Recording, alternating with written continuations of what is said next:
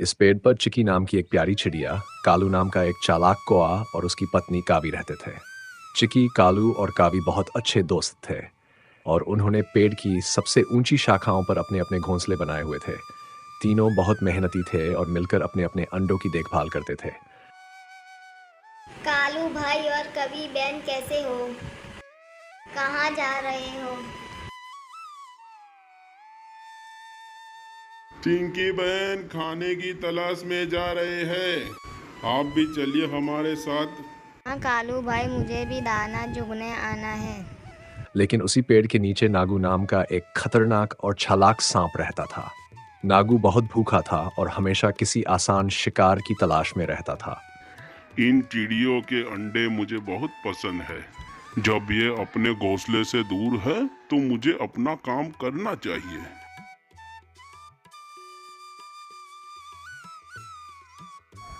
अंडे खा के तो मजा आ गया।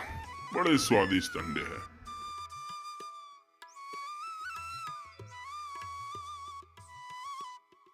एक दिन नागू ने चिकी, कालू और कावी के घोंसलों में अंडे देखे और उन्हें खाने की योजना बनाई।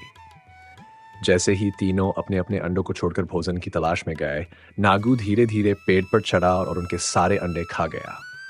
जब चिकी, कालू और कावी वापस आए तो उन्होंने देखा कि उनके सारे अंडे गायब हो गए हैं।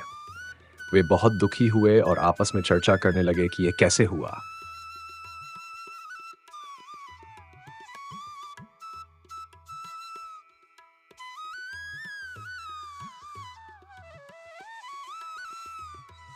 ये कैसे हो सकता है? कोई हमारे अंडे खा गया। मुझे लगता है कि ये नागों का काम है। वह बहुत चालाक और खतरनाक है। हमें उससे अपने अंडों की रक्षा करनी होगी। हाँ चिंकी, तुम ठीक कह रही हो।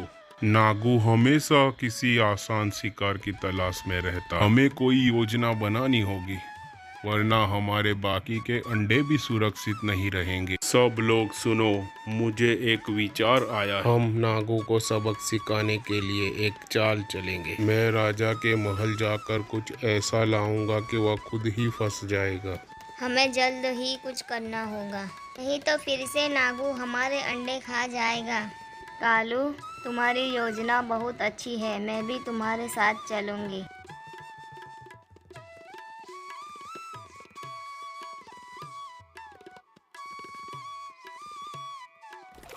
वहां उन्होंने देखा कि रानी नदी में स्नान कर रही है और अपना कीमती हार किनारे पर रख दिया है।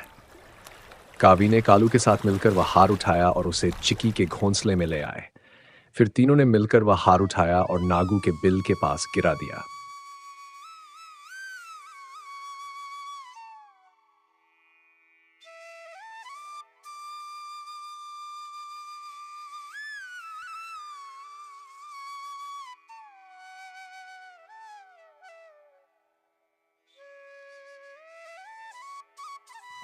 जब रानी को पता चला कि उसका हार गायब है, तो राजा ने अपने सैनिकों को उसे ढूंढने का आदेश दिया।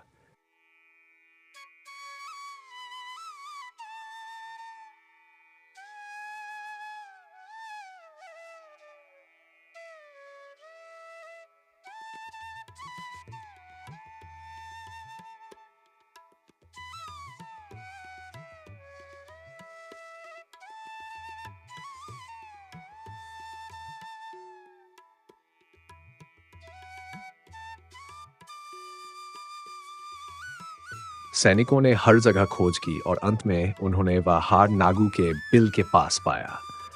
सैनिकों ने तुरंत नागू को पकड़ लिया और उसे जंगल से दूर ले जाकर छोड़ दिया।